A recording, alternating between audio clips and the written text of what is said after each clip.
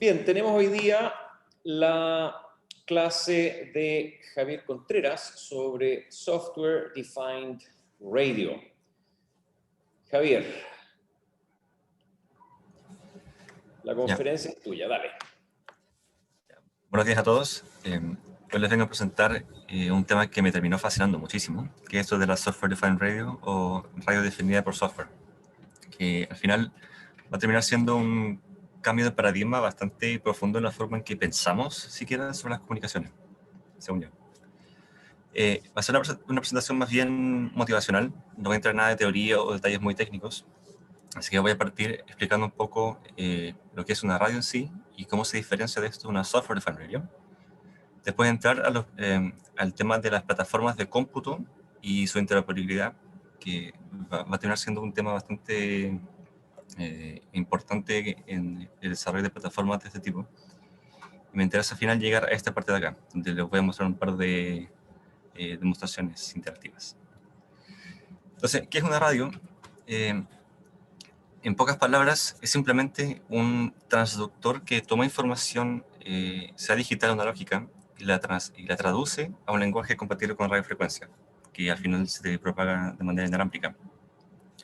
Y para hacer esto necesita el transductor en sí, que es la antena, alguna especie de front-end, y con front-end entendemos, por ejemplo, los filtros de pasabanda, alguna especie de amplificador de bajo ruido o de potencia, así que estamos hablando de transmisión o recepción, y algún circuito de sintonización. Luego alguna conversión entre banda base y pasabanda, entre las frecuencias de radiofrecuencias altas en pasabanda y una frecuencia más baja en banda base, que son manejables por plataformas de bajo costo. Opcionalmente algún conversor de datos, hoy en día ya no es opcional, ¿cierto? Todo se hace de forma digital, por ejemplo, lo que hemos visto recién con OFDM, que yo sepa no hay una forma de calcular FFTs analógicamente. Y finalmente alguna forma de modulación o demodulación, que como dije puede ser digital o no, y hoy en día es más que todo digital. ¿Y cómo se ve una radio al final? Uno escucha radio y piensa, por ejemplo, en la radio FM de un auto o de estas viejas, de estas cajas de los años 50, pero al final la radio es todo lo que potencia la tecnología de comunicaciones de hoy en día. ¿Cierto? Acá tenemos antenas que van conectadas a algún receptor o transmisor de tecnologías móviles, por ejemplo. El chip de un celular tiene tecnología de radio en cuanto a conversión de frecuencia, modulación, todo eso. Y este es un ejemplo más clásico de lo que sería un walkie-talkie, por ejemplo. Ahora, ¿qué es una Software Defined Radio? Relacionado con lo anterior, sigue teniendo una antena y front-end, pero estas son configurables. La antena puede ser configurada, los filtros también, los sintonizadores, para cambiar interactivamente las características de operación. Sigue siendo necesaria alguna conversión entre banda base y pasabanda. Y luego los conversores de datos, que esta vez no son opcionales, porque que yo sepa, no hay software que haga cosas, o sea, el software debe ser, sí o sí tratarse de un gobierno digital. No hay un op-amp que yo sepa que admita software, por así decirlo. Y luego de esto se va a un procesador digital programable. La única razón al final que sigue siendo necesario esto de conversión entre banda base y pasabanda es porque aún hoy en día no hay algún conversor de datos que opere a frecuencias de radio, ¿cierto? Que convierta datos a 5 GHz o 10 GHz y que más encima tire un flujo continuo de datos. O menos, sí existen, pero son muy caros todavía. ¿Y cómo se podría ver en la vida real una SDR? Al final, igual que antes. Porque lo que es la interfaz con el aire no cambia. Todo lo que cambia es la forma en que dentro de esto nos relacionamos con la forma de generar estas señales de comunicaciones. Bueno, como ya vimos, las radios hoy en día ya son digitales. Todo lo que son estos procesos de 4G, 3G, 5G se hacen de forma digital. Entonces, ¿cuál es la gracia acá? Y acá entramos la diferencia entre lo que es firmware y software. Un chip que va incluido dentro de algún procesador o teléfono viene con algún código fuente, pero este no va a ser cambiado a futuro. En cambio, software, la idea es que puede ser configurado una vez salió de la fábrica, y es un poco el principio de operación. Y lo otro es que el hardware de recepción es configurable. Como mencionamos, la antena acá y todo lo que es el front-end, lo que hace la conversión entre radiofrecuencia y digital, es lo más configurable posible. Los mezcladores que se usan acá para convertir de frecuencias de radio a frecuencias de banda base, se puede ir cambiando la frecuencia, se pueden sintonizar los filtros. Hay algunas tecnologías que incluso usan dispositivos MEMS para cambiar la forma de la antena dinámicamente y con eso cambiar la respuesta en frecuencia. Ok, ¿y por qué a uno le interesaría como usuario usar una SDR? Lo principal está en que se desacopla 100% el diseño de waveforms del diseño mismo del hardware. Ahora, como waveform entendemos todo lo que es algún conjunto de modulaciones, tecnologías. Acá menciono MQAM, MPCK, pero en verdad un waveform sería algo más complejo. Por ejemplo, LTE es una combinación de tecnologías QAM, OFDM y todo eso. Entonces, es posible con un mismo hardware, con un mismo equipo, emplear distintas waveforms, incluso simultáneamente. Como vemos acá, esta es un poco la idea de desacoplar lo más posible el ambiente de operación, que serían los equipos físicos, del diseño de esto de acá. Esto permite que uno elija un waveform a elección y llegue y lo conecte y termine operando alguna modulación o tecnología distinta. Otra razón que va a ser mucho más importante a futuro es que los sistemas de radio que usan SDR son actualizables, flexibles y adaptables. Actualizables en el sentido de que uno puede descargarle software y cambiar su operación, meterle, por ejemplo, mejoras de seguridad, y esto otorga una rapidez de desarrollo que se parece a como se hace hoy en día todo lo que es software, ¿cierto? Esto es de desarrollo ágil, que es tirar updates lo más menudo posible y desarrollando y evolucionando el producto muy rápidamente, se ve ahora de cierta forma factible para telecomunicaciones, lo que va a traer consigo una rapidez de innovación bastante importante. Lo otro es que un usuario, dado su propio entorno individual, sus propias necesidades y todo eso, va a poder encontrar el waveform que se adapta más a sus propias necesidades. Aquí, por ejemplo, podemos maximizar lo que es eficiencia espectral, energética, tasa de datos, todo eso. Esto se relaciona con lo siguiente, que es que tenemos ahora una agilidad para movernos dentro del espectro. Por esta configurabilidad del front-end de DRF, uno puede elegir donde quiera ponerse en el espectro de radiofrecuencia y operar ahí. Y esto trae consigo lo que mencioné un poco en el texto explicativo, que es esto de la radio cognitiva, que hoy en día se entiende más bien como solamente utilizar los huecos en el espectro, más bien de manera, ¿cómo se dice?, oportunística. Aquí una pequeña imagen que muestra las posibles aplicaciones de esto de la radio cognitiva. Por un lado, lo que mencioné de este uso oportunístico del espectro es lo de poder observar el espectro y usar bandas de frecuencia que estén sin uso, pero también hay varias cosas más. Por ejemplo, acá esto de redes más baratas, a lo que se va es que si es que se logra masificar el hardware en sí que hace todo esto, se optimiza y se genera, por ejemplo, un solo chip que haga toda tarea de conversión de radiofrecuencia y digitalización, será posible que un chip que pueda hacerse muy barato sirva para toda comunicación posible. Eso puede ser algo muy interesante en el futuro.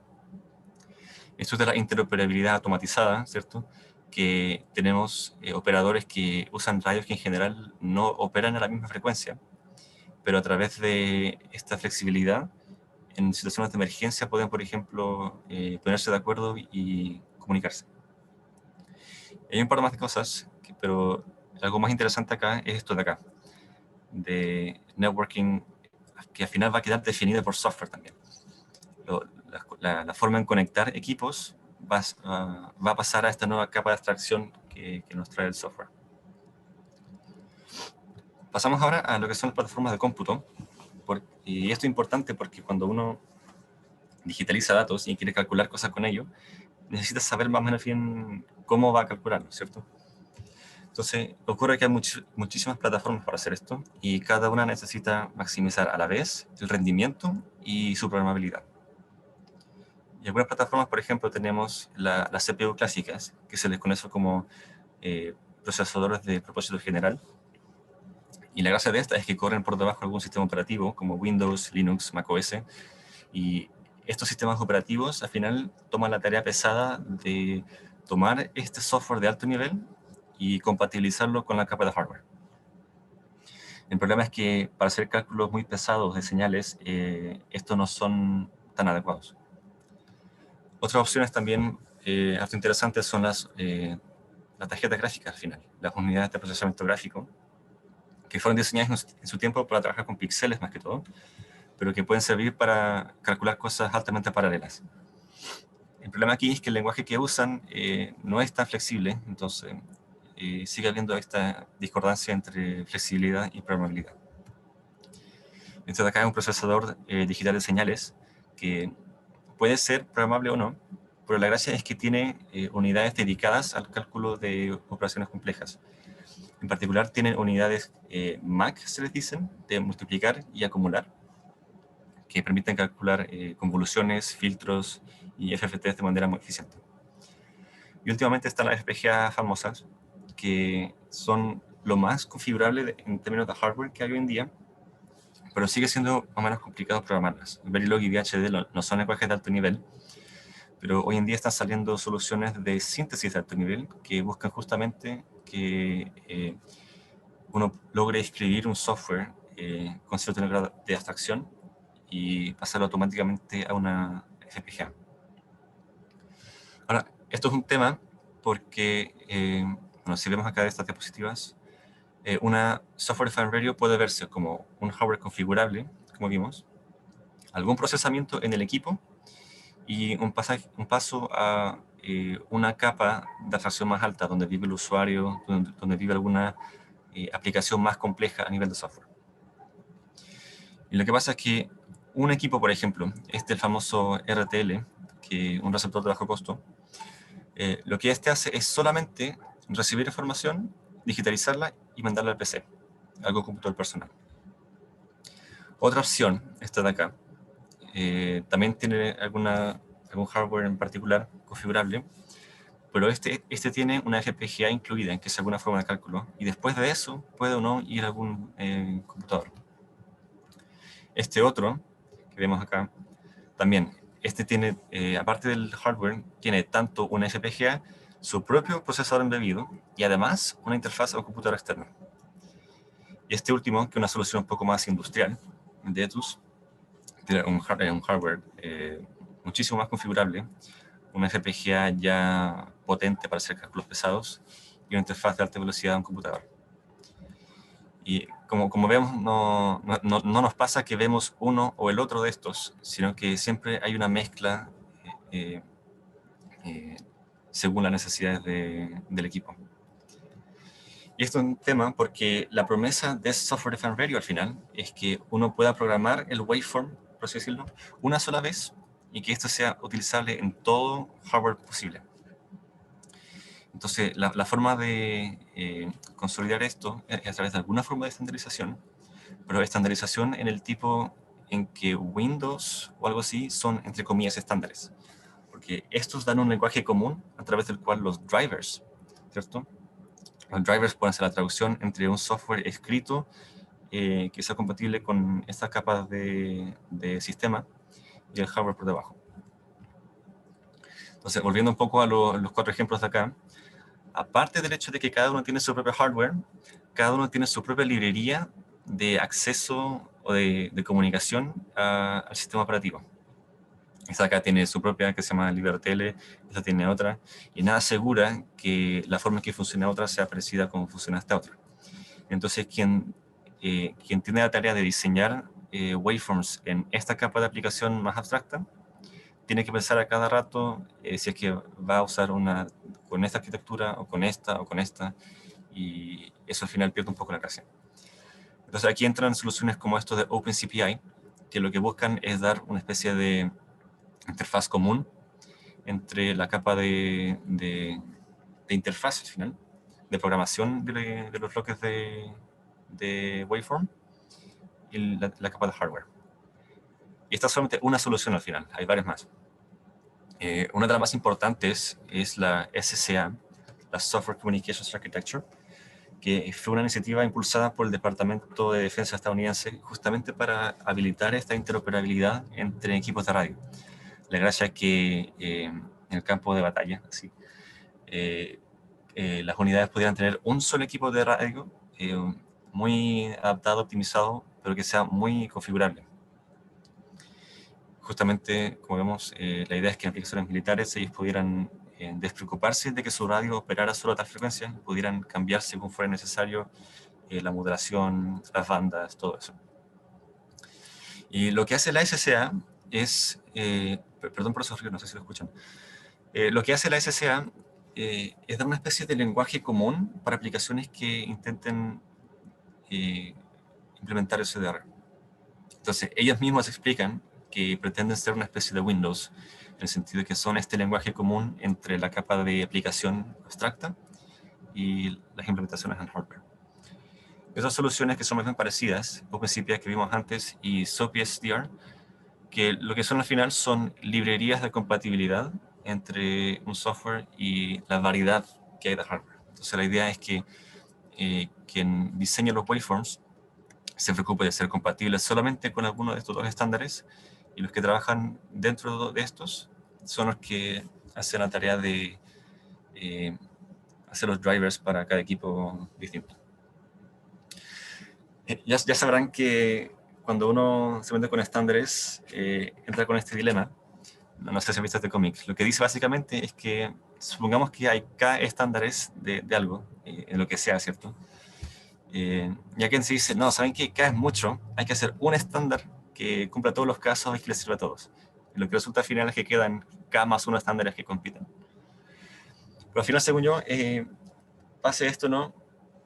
Si pasa, yo encuentro que es relativamente bueno, porque mientras más opciones hay, más posibilidades hay que se converja a la opción que resulte ser más óptima.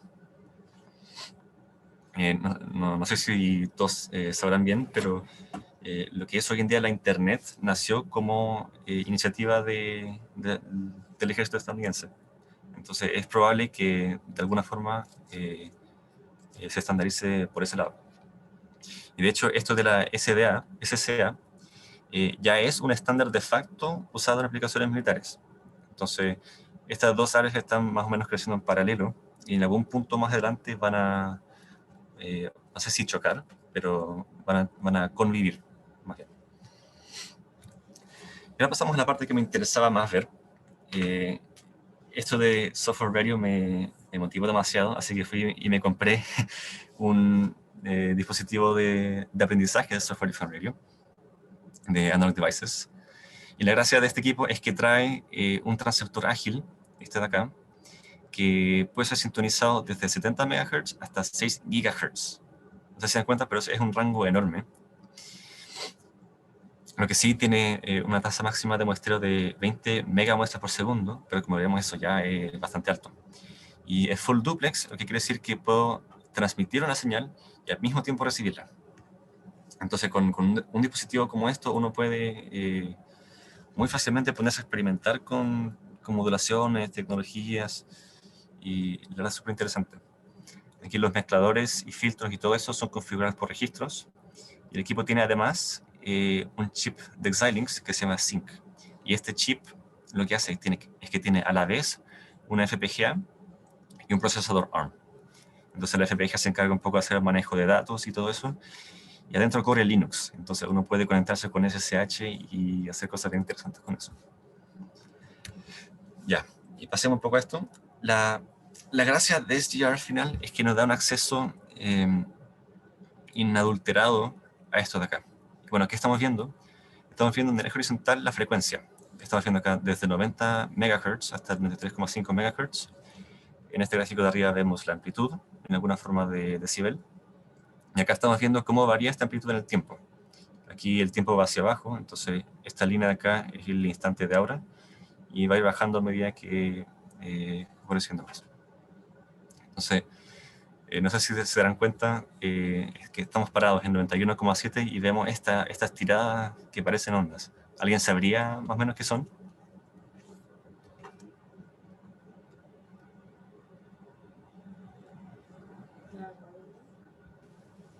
Un BFSK. En verdad no. Esto es solamente radio FM. Estamos sintonizados a 91,7 y se dan cuenta que acá tenemos 90,5, 90, que parece 91 y tenemos una separación que se parece harto a lo que es radio FM. Y como todo esto está en software, al final es cosa de agregar acá un bloque que se encarga de hacer la de modulación. Una duda, ¿escuchan o no? No sé si estoy compartiendo audio con ScreenShare. Se escucha bien. ¿Escuchan eso? Pero no se escucha lo del PowerPoint. Ya, déjame ver si arreglo eso. Ah, hay un audio del Sí, programa este. Sí. No, ese Creo que no se me se olvidó escucha. poner... A ver, voy a ver si... Ahí sí. Entonces, como mencioné, el siguiente. Todo lo que recibe el computador son datos brutos. Entonces, uno no sabe de inmediato qué es eso, a menos que le meta por software un bloque acá, que por ejemplo, hace de modulador FM. Les decía yo, faltan 19. Entonces, se dan cuenta, estoy escuchando en radio FM y a la vez configurándolo a través de una interfaz que está completamente despegada del hardware. No estoy moviendo nada físicamente. Le puedo cambiar 100% por software. Como pueden ver, aquí agregué un segundo demodulador, que, bueno, para radio FM no tiene ninguna gracia, porque es como, wow, escuchar dos estaciones a la vez, pero se dan cuenta de la flexibilidad que hay acá. Puedo agregar más y más. Dejen quitar esto, sorry. Son unas cajas grises. Se puede agregar hasta un tercer demodulador, ¿ya? Y recibir varias señales a la vez. No sé si te das cuenta de lo que pasa ahí, que cuando agregué el tercer... un momento. Porque en las cajas negras parece. Y ahí sí. No sé si se cuenta lo que pasó, que cuando agregué el tercer demodulador, se dan cuenta que la calidad del audio murió. ¿Se imaginan por qué podría hacer eso?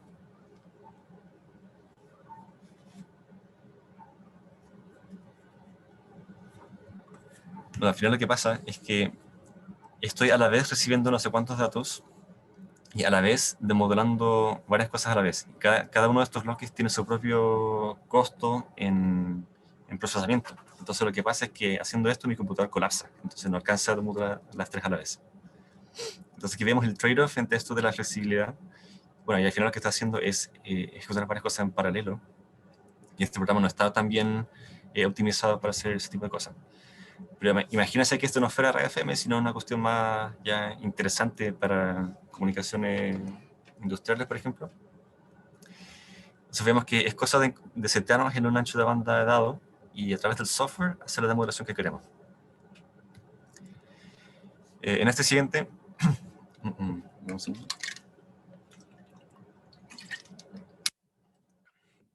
este siguiente video, lo que voy a hacer es ir cambiando la tasa de muestreo. Este dato que vemos acá, que está medido en muestras por segundo. Acá está en 2 megamuestras por segundo. Y esta tiene una relación directa con el ancho de banda que observamos acá. Se dan cuenta, estamos viendo desde 94,3 MHz hasta 96,3 MHz. Entonces el ancho de banda que estamos viendo es 2. Y el aparatito este llega a 20 MHz. Entonces voy a ir subiendo la tasa de muestreo y van a ir viendo cómo a medida que subo, vemos más y más emisoras a la vez.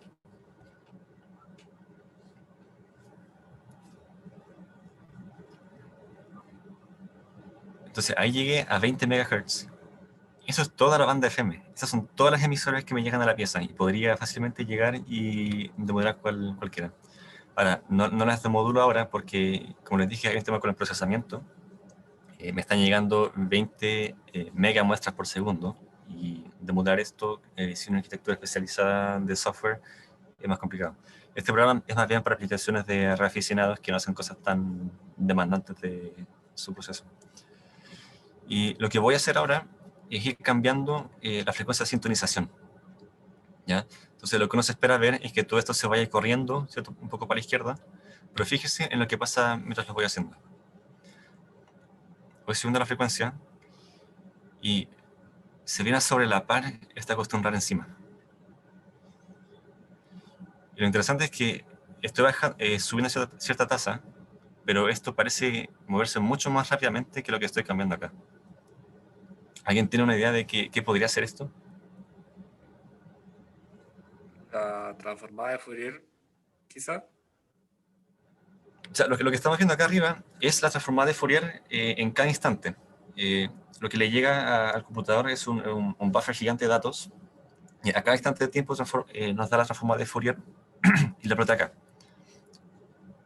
Pero lo que estamos viendo es que a medida que cambio mi frecuencia de sintonización, van apareciendo estas cosas raras que se vienen sumando y se van sobreponiendo y sobrelapando de forma bien extraña.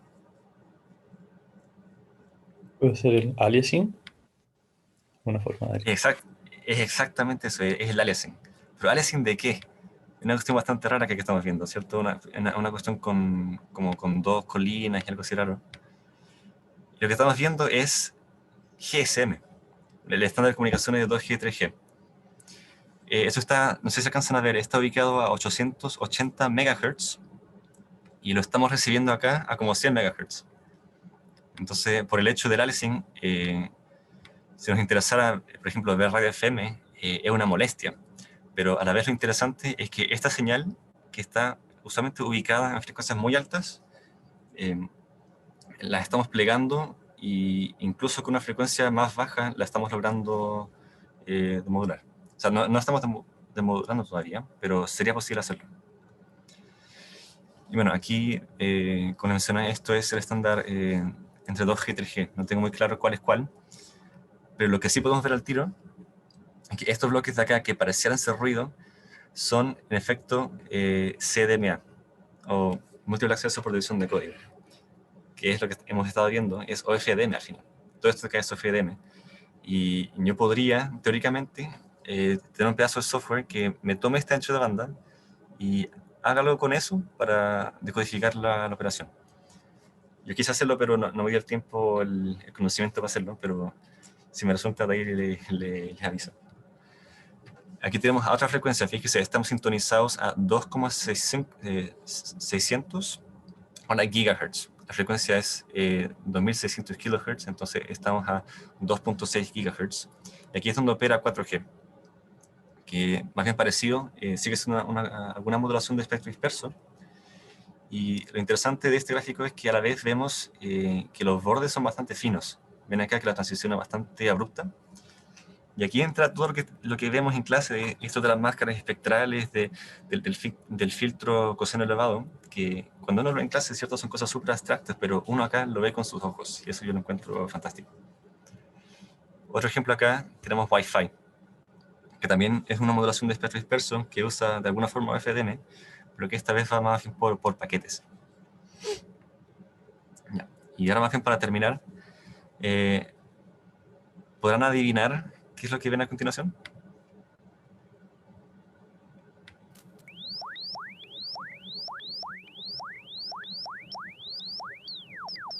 Es la modulación del Agustín, donde variaba la frecuencia, ¿no? Es la modulación del Agustín, justamente. No es exactamente LoRa. Lo que hice al final fue emularla. La emulé a través de este programa de acá, que se llama Gnu Radio. Y esto es. Todo lo que hice es esto. Y esto es 100% software. Y a través de esto implementé algo que se parece a LoRa. Y si le pudiera un poco más de empeño, podría hacer justamente LoRa con la decodificación y codificación que le corresponde. Pero se dan cuenta que todo esto es 100% software. Y todo lo que al final va al hardware es esto de acá. Entonces lo interesante con esto es que uno con este mismo ecosistema puede a la vez simular esto y con solo agregar este bloque transmitirlo al aire. Y esta señal de acá fue recibida y se transmitió en el aire, entre las dos antenas de mi cosa. No sé si, creo que no me ven, pero esta señal pasó desde una antena a la otra por interfaz de aire. Entonces, si fuera y le conectara un amplificador y una antena más potente, podría transmitir esto a más altas distancias. Entonces se dan cuenta que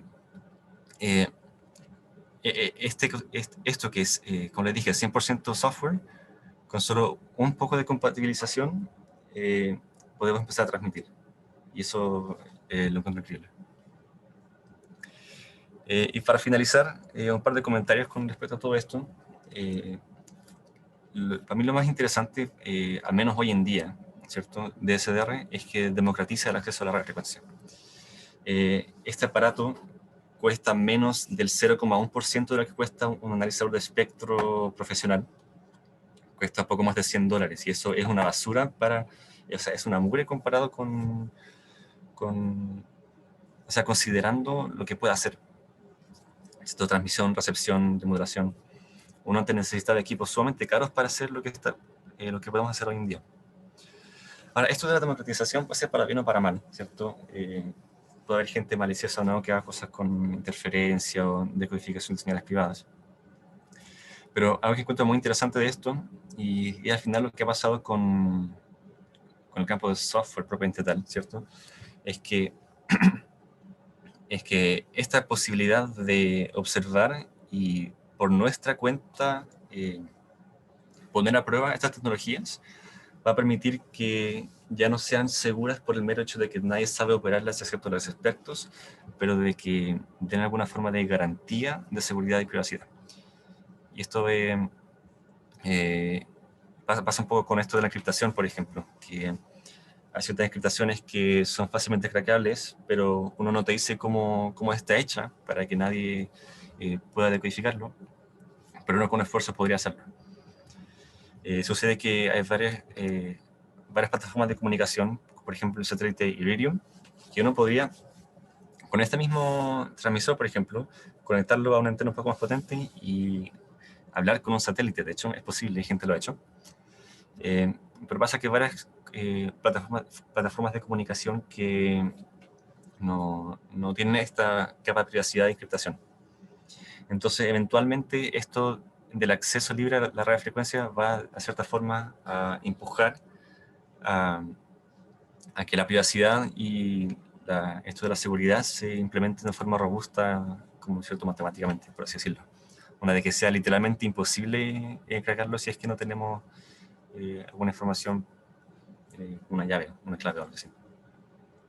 Esto al final se relaciona con información de seguridad, por lo encuentro interesante mencionar.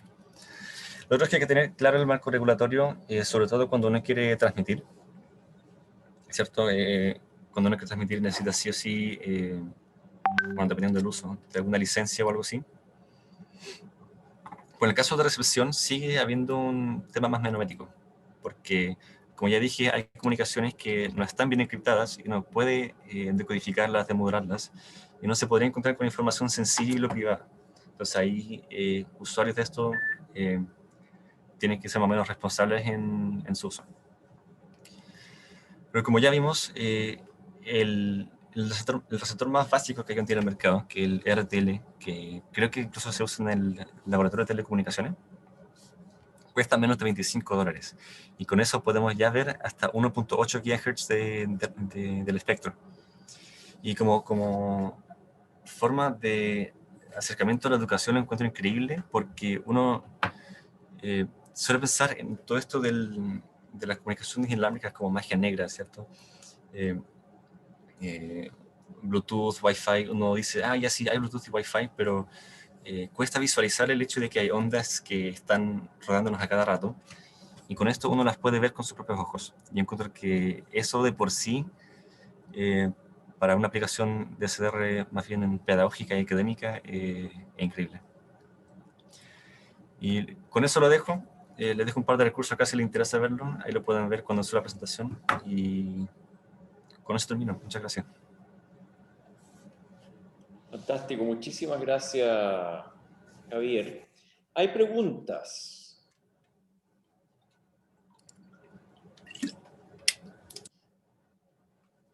Yo tengo una duda pequeña. Gonzalo. ¿Qué antenas usa ese cosito? Como que igual me sorprende que pueda recibir tan bien en todo el ancho de banda. Sí. Son de las típicas antenas que hay, por ejemplo, en un receptor Dipolar Wi-Fi. modulosas. Claro, no sé exactamente cuáles son, pero están, por así decirlo, optimizadas para recibir señales tipo de Wi-Fi o algo así, pero esto no impide de por sí de que se acople una señal de radio FM, como vimos. Creo que no les puedo mostrar el que tengo acá en mis manos, porque voy a ser un poco más didáctico.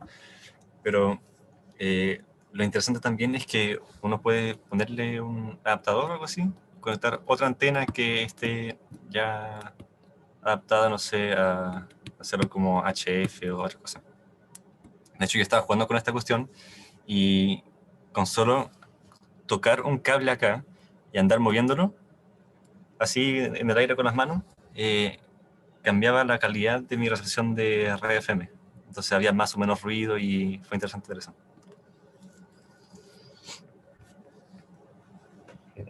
Más preguntas. Yo tengo una pregunta, Javier. Cuando nos mostraste el caso del dial FM, en el cual agregaste un segundo demodulador y luego un tercer demodulador, esos demoduladores es algo que en este producto cualquier usuario puede programar. Si de repente uno tuviera algún otro estándar, alguna otra capa física, y uno sabe exactamente cómo está implementada la capa física, es posible programar voy a llamarlo un interpretador, no quiero llamarlo un receptor porque el receptor en gran medida es la caja física que tienes tú, pero un decodificador, ¿no es cierto? Un interpretador que es capaz de hacer el procesamiento por software y producir esa... ¿Puedo repetir justo al final? Que se cortó un poco. ¿Perdón? Parece que se cortó un poco justo al final, pero creo que no entendí la pregunta. Sí, parece que está un poco inestable mi conexión. Entonces, la pregunta es si se puede desarrollar para este programa un bloque que haga la interpretación de lo que uno quiera. Exactamente, y esa es justamente la gracia. Todo lo que llega acá al computador es una rama de datos IQ digitalizados. Y esos son los que un programa como este después puede tomar, como por ejemplo en Python. No lo expliqué bien, pero eso de acá, que no radio, todo esto por debajo corre un bloque de Python, de hecho. Entonces uno puede meterse al código fuente y programar sus propios receptores, demoduladores, lo que sea. Hay una variedad increíble de bloques que la gente ha desarrollado, cosas que demodulan OFDM, GSM, incluso algunos que hacen radar. Bueno, aquí en el anexo tengo un poco, he mostrado eso, que esto para que lo vean si le interesa, pero la gracia al final es que lo que se hace es tomar una rama IQ y esta pasarla directamente al procesador digital para afuera. Y con eso cualquier software puede hacer lo que sea en Python, sea en C, C++. O sea, elegí este programa en particular solo porque se ve más lindo el espectro, pero hay varias opciones. Este programa no tiene nada de especial por sobre los otros. Perfecto. ¿Qué desventajas le ves tú a la tecnología SDR? Bueno, principalmente el trade-off está en el uso de energía, ¿cierto? Uno, a medida que aumenta este ancho de banda y quiere ver más a la vez, tiene que mostrar una tasa de muestreo mucho más alta. Y eso incurre en gastos de procesamiento de energía. Pero esto ya se ha visto con otras plataformas que antes no se hacía con software y después sí se hizo con software. Y si bien calcular cosas con una CPU o algo así es más costoso en energía porque hay clocks entre medio, hay no sé cuántos flancos de subida. Lo que se gana en flexibilidad al final siempre ha terminado compensando ese costo añadido. Y el costo de tener un hardware que es más flexible, más programable. O sea, si uno tuviera que planificar vender, no sé, 500 millones de dispositivos, ¿sí? Realmente en forma muy masiva. Tener una radio definida por software no tendrá más sentido simplemente diseñar un chip que tenga 2 o 3 distintos tipos de decodificadores internamente para distintas normas, un chip multinorma, y simplemente producir ese circuito integrado multinorma. Claro, de hecho eso ya existe. el chip de banda base de algún celular ya hace eso, ya recibe LTE y Wi-Fi y todo eso en un solo dispositivo. Pero el problema con eso es que, bueno, no es verdad un problema, pero estamos limitándonos a esos 3 estándares. Entonces, Por supuesto, desde luego. claro, entonces, ¿cómo decirlo? Se pierde esta rapidez de innovación al respecto. Y va a seguir siendo un desafío esto de la agilidad porque lo que es radiofrecuencia es complicado. No es fácil llegar y cambiar la respuesta de un sistema de frecuencia haciendo que más encima funcione bien. Pero hay avances en esto y como ya vimos este dispositivo de acá, ya hace demasiado ya. Por eso, bueno. De acuerdo. Más preguntas para Javier.